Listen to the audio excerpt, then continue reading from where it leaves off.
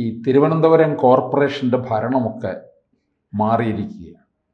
തിരുവനന്തപുരത്തിന് മാറ്റം ഉണ്ടാകും. ഇന്ത്യയിലെ വൻകിട നഗരങ്ങളെ പോലെയാകും തിരുവനന്തപുരവും എന്നാണ് പുതിയ മേയറും അതുപോലെ BJPയുടെ സംസ്ഥാന അധ്യക്ഷനും തിരുവനന്തപുരത്തുകാർക്ക് നൽകിയിട്ടുള്ള ഉറപ്പ്. നമുക്കറിയാം, ഏറെക്കാലമായിട്ടും പല MP മാരും MLA മാരും ഒക്കെ ഇവിടെ നിന്ന് ജയിച്ചു പോയിട്ടും തിരുവനന്തപുരത്തിന് നമ്മൾ വിചാരിച്ച തരത്തിലുള്ള ഒരു മാറ്റവും ഉണ്ടായില്ലെന്നുള്ളതാണ്. അപ്പോൾ ഇനിയപ്പോൾ അത് പ്രതീക്ഷിക്കാം എന്നാണല്ലേ? ഇല്ല, കേരളത്തിനകത്ത് തലസ്ഥാനമാണ് തിരുവനന്തപുരം. തീർച്ചയായിട്ടും തിരുവനന്തപുരത്ത് ഒരുപാട് വികസന പദ്ധതികൾ ആവശ്യമാണ്. ഒപ്പം ടൂറിസ്റ്റുകളുമൊക്കെ വന്നു പോകുന്ന സ്ഥലങ്ങളാണ്. പ്രത്യേകിച്ച് കോവളം, ശംഖുമുഖം ഇതൊക്കെ ശ്രദ്ധിക്കപ്പെടുന്ന സ്ഥലങ്ങളാണ്. പക്ഷേ എങ്കിലും ചില കാര്യങ്ങൾ ഇവിടെ ഇപ്പോഴും മുൻകാലഘട്ടങ്ങളിലുള്ളതാണെങ്കിലും ഇനി ശ്രദ്ധിക്കേണ്ടുന്നതായ കുറേ കാര്യങ്ങളുണ്ട്. അതിനകത്ത് ഒരു ഉദാഹരണം മാത്രം പറഞ്ഞാൽ, നമ്മുടെ കിഴക്കേക്കോട്ട തൊട്ട് നമ്മുടെ വെള്ളയമ്പലം വരെ, അതായത് കവടിയാറ് വരെ, രാജ്ഭവനല്ല ഇപ്പോൾ ലോക് ഭവൻ, ആ ഏരിയയിൽ വരുന്ന സ്ഥലം വരെ ഏതാണ്ട് 20ഓളം പ്രതിമകളുണ്ട്. 20ഓളം പ്രതിമകളുണ്ട്. അതിനകത്ത് വന്നിട്ട് ഏറ്റവും കൂടുതൽ സെക്രട്ടേറിയറ്റിൻ്റെ ഭാഗത്ത് വരുമ്പോൾ വേലുത്തമ്പി ദളവ, T. രാമറാവു പ്രതിമ, പിന്നെ അത് കഴിയുമ്പോഴത്തേക്ക് നമ്മുടെ പബ്ലിക് ലൈബ്രറിയുടെ ഭാഗത്ത് വരുന്ന R. കേശവൻ, മുഖ്യമന്ത്രിയുടെ ശങ്കർ മ്യൂസിയത്ത്, പിന്നെ ഇഞ്ഞു വരുമ്പോഴത്തേക്ക് വയലാർ രാമവർമ്മയുടെ, പിന്നെ ഈ ദേവരാജൻ മാഷിൻ്റെ, അങ്ങനെ ഒരുപാട് പ്രതിമകളുണ്ട്. കവടിയാർ വരെ നീളുന്നുണ്ട്. സ്വാമി വിവേകാനന്ദൻ്റെ ഉണ്ട്, സുഭാഷ് ചന്ദ്രബോസിൻ്റെ പ്രതിമയുണ്ട്, PMGയിലുണ്ട്. പക്ഷെ നമ്മൾ ശ്രദ്ധിക്കേണ്ടുന്നൊരു കാര്യം, ഈ പ്രതിമകളിലോ ഏതെങ്കിലും പ്രതിമയിൽ നിന്ന് ഒരു വ്യക്തിക്ക് വായിക്കാൻ പറ്റുമോ?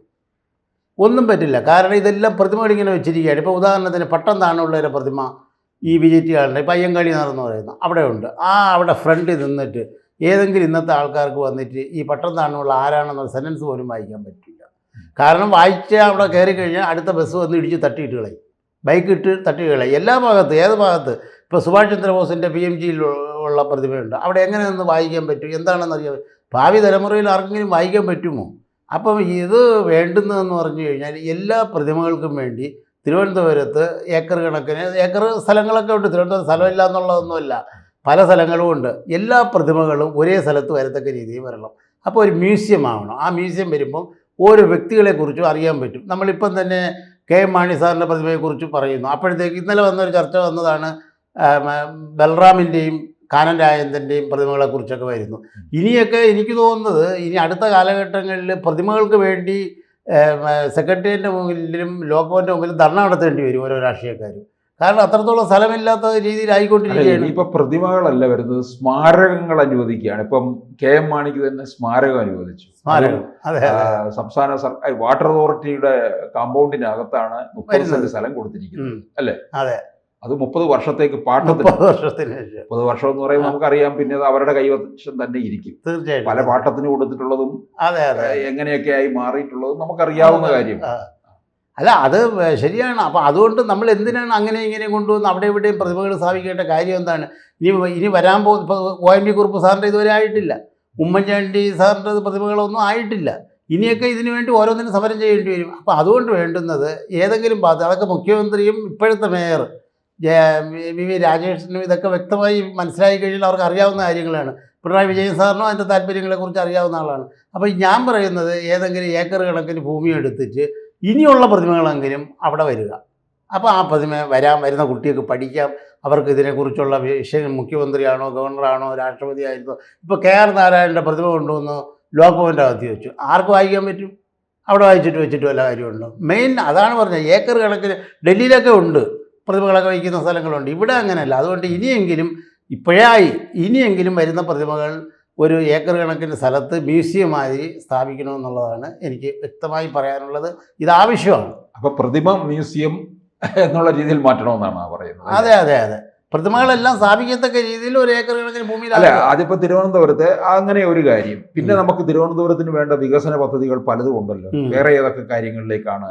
അല്ല, വളരെ രസകരമായൊരു കാര്യം പറഞ്ഞു കഴിഞ്ഞാൽ, നമ്മൾ ശ്രദ്ധിക്കപ്പെടാതെ പോകുന്ന പല കാര്യങ്ങളുമുണ്ട്. ഈ നമ്മളെ കിഴക്കേക്കോട്ട ഭാഗത്ത് പോയി കഴിഞ്ഞാൽ അറിയാം, കോവളം അല്ലെങ്കിൽ വിഴിഞ്ഞം ഭാഗത്ത്, തിരുവല്ലം ഭാഗത്തേക്ക് പോകുന്ന ബസ് സ്റ്റോപ്പ് എത്രയോ പേരെന്നറിയാം. ഇപ്പോൾ ആറ്റുകാൽ പൊങ്കാല വരുമ്പോൾ ഒക്കെ വന്ന് അവിടെ ഇരിക്കുന്ന സ്ഥലങ്ങളാണ്. അവിടെ കഴിഞ്ഞ എനിക്ക് തോന്നുന്നു കോർപ്പറേഷൻ്റെ സമയത്താണ് അവിടെ വലിയൊരു ഫോട്ടോകൾ വെച്ചിട്ടുണ്ട്. സത്യൻ, സുകുമാരൻ, സത്യൻ, നമ്മുടെ മധു സാറ്, അതുപോലെ നമ്മുടെ പ്രേംനസീർ, എന്തിനേറെ ഇനി ജഗദീഷ്, പൃഥ്വിരാജ്, അവരുടെയൊക്കെ ഫോട്ടോകൾ വെച്ചിട്ടുണ്ട്. നിങ്ങൾ കണ്ടു കഴിഞ്ഞാൽ അന്തം വിട്ടു.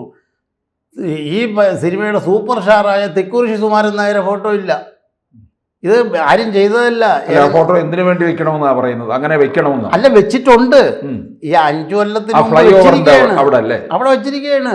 വലിയ ഫോട്ടോകളാണ് ഈ വെച്ചിരിക്കുന്നതെല്ലാം. ഞാൻ പറഞ്ഞത് പ്രേംനസീർ, സത്യൻ, മധു, ഈ ജഗദീഷ്, പൃഥ്വിരാജ് വരെ ഇന്ന് വരെ ഉണ്ട്. പക്ഷേ ആദ്യം സൂപ്പർ സ്റ്റാറായ സ്ത്രീ എന്ന് പറഞ്ഞ സിനിമയിൽ കൂടെ തുടങ്ങിയ തിക്കുറിശി സുകുമാരൻ നായർ സാറ്. അത് മാത്രമല്ല, ഈ പ്രേംനസീർ എന്നുള്ള പേരിട്ട് കൊടുത്താലും, കുതിരവട്ട പപ്പു എന്നുള്ള പേരിട്ട് കഴിഞ്ഞാലും, അല്ലെങ്കിൽ നമ്മുടെ ജോസ് പ്രകാശ് എന്നുള്ള പേരിട്ട് കഴിഞ്ഞാൽ പോലും അദ്ദേഹമാണ്. അദ്ദേഹത്തിൻ്റെ ഒരു ഫോട്ടോ പോലും അതിനകത്തില്ല എന്ന് പറഞ്ഞാൽ എത്ര നാണക്കേടാണ്. അത് മാത്രമല്ല, കരമന ജനാർദ്ദനൻ നായർ, ഇപ്പം പൂച്ചൽ ഖാദറിൻ്റെ ഫോട്ടോ ഉണ്ട്, ചുരക്കര രാമൻകുട്ടി സാറിൻ്റെ ഫോട്ടോ ഇല്ല. അല്ലെ, കിഴക്കേക്കോട്ടയ്ക്ക് വേണ്ടതായ വികസന കാര്യങ്ങൾ വേറെ ഉണ്ടല്ലോ. നമുക്കറിയാം, ആർക്കും കാൽനട യാത്രക്കാർക്ക് സ്വതന്ത്രമായിട്ട് സഞ്ചരിക്കാൻ കഴിയാത്ത ഒരു ഇടമാണ് കിഴക്കേക്കോട്ട. പലപ്പോഴും എത്രയോ അപകടങ്ങൾ തന്നെ ഉണ്ടായി ജീവൻ പൊലിഞ്ഞിട്ടുള്ള ഇടമാണ് കിഴക്കേക്കോട്ട. അതിനൊക്കെ ശരിക്കും പറഞ്ഞു കഴിഞ്ഞാൽ തിരുവനന്തപുരം കോർപ്പറേഷൻ കൂടുതൽ ശ്രദ്ധിക്കേണ്ടതല്ലേ? അല്ല, അത് ശ്രദ്ധിക്കേണ്ടതെന്ന് പറഞ്ഞാൽ ഒരു മേൽപ്പാലം വന്നു. ആ മേൽപ്പാലം വന്നത് തന്നെ ശരിയായ രീതിയിലല്ല വന്നത്. ആ വിഴിഞ്ഞം കോവളം ഭാഗത്ത് പോകുന്നതിനും ആ ബസ്സിൽ അത് യഥാർത്ഥത്തിൽ അവിടെ വരേണ്ടുന്നത്, ഞാൻ പറയുന്നത് പഴവങ്ങാടി ഗണപതിയൂർ കഴിഞ്ഞ് പുത്തിരിക്കണ്ടം ഭാഗത്ത് വരുന്ന മേൽപ്പാലമാണ് വരുന്നത്. കാരണം കൂടുതലും ഭക്തർ വരുന്നത് അവിടെയാണ്. ക്ഷേത്ര ദർശനം നടത്തുന്നത് അവിടെയാണ്. ഇത് ഒരു മറു സൈഡിൽ പോയിട്ട് എന്ത് കാര്യമായിരിക്കുന്നത്? ആരെങ്കിലും അവിടെ പോകും. ഇപ്പം ഗണപതി പഴവങ്ങാടി ഗണപതിയിൽ പോകാത്തവരാരുമില്ല. ഏത് ഭക്തർ പോകും, എല്ലാവരും പോകും. അപ്പോൾ അവിടെ പോയി കഴിഞ്ഞാൽ അവിടെ നിന്ന് വന്നിട്ട് ഇപ്പുറത്ത് പുത്തിരിക്കണ്ടത്താണ് വിവിധ പരിപാടികൾ നടക്കുന്നത്. ആ ഭാഗത്തേക്ക് മേൽപ്പാലം വന്നു കഴിഞ്ഞാൽ എന്ത് സുഖകരമായിരുന്നു.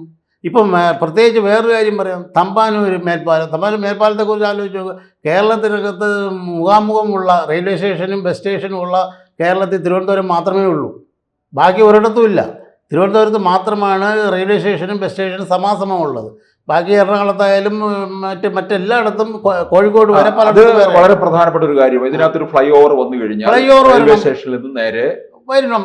അത് സാറ് വിജയൻ സാർ മനസ്സിലാക്കേണ്ടുന്ന കാര്യം, രാവിലെ എറണാകുളത്തു നിന്ന് കോഴിക്കോട് നിന്നും ഡ്യൂട്ടിക്ക് ഇവിടെ വരുന്നവരുണ്ട്. സെക്രട്ടേറിയറ്റിലും കളക്ടറേറ്റിലും AG's ഓഫീസിലും ഒക്കെ വരുന്നവരുണ്ട്. അവർ രാവിലെ 9:30 മണിക്കൊക്കെ വന്നിട്ട് ഓടി തെറിച്ചാണ് പോകുന്നത്. റോഡ് ക്രോസ് ചെയ്ത് ഒരു ലെവലും ഇല്ലാതാണ് ക്രോസ് ചെയ്ത് പോകുന്നത്. അത് മാത്രമല്ല, വേറൊരു കാര്യം കൂടെ പറയാം, ഈ റെയിൽവേയുടെ ടൈമിംഗ് വരെ തെറ്റാണ്. അവിടെ വരുന്ന ട്രെയിനിൻ്റെ ടൈം 10 മണി 9:45 ഈ ട്രെയിനുകളൊക്കെ ആർക്കാ എന്താ ചെയ്യാൻ പറ്റുന്നത്? ഇതൊക്കെ ബന്ധപ്പെട്ട അതിപ്പം റെയിൽവേ പരിഹരിക്കേണ്ടതായ കാര്യമാണ്. നമുക്ക് തിരുവനന്തപുരം കോർപ്പറേഷനും മേയർക്കും ചെയ്യേണ്ടതായ ചില കാര്യങ്ങളുണ്ട്. ഈ പറഞ്ഞ പോലെ ഫ്ലൈ ഓവറിന്റെ കാര്യത്തിനകത്ത് റെയിൽവേയുമായിട്ടൊരു ചർച്ചയൊക്കെ നടത്തി കാര്യങ്ങളിലേക്ക് വരാവുന്നതാണ്. ഇതുപോലുള്ള നഗരത്തിനകത്തുള്ള പ്രശ്നങ്ങൾ, നഗരം വലുതാകണം. ഇപ്പൊ നമുക്കറിയാം, വിഴിഞ്ഞം വരെയും വാർഡാണ്, കോർപ്പറേഷൻ വാർഡുകളിൽ ഒന്നാണ്. അപ്പൊ അത്തരത്തില് ഇപ്പോൾ കോവളം എന്ന് പറയുന്നത് ലോക ടൂറിസം ഭൂപടത്തിൽ കിടക്കുന്ന ഒരിടമാണ്. കോവളത്തേക്ക് വേണ്ട തരത്തിലുള്ള വികസനം ഉണ്ടായിട്ടില്ലല്ലോ.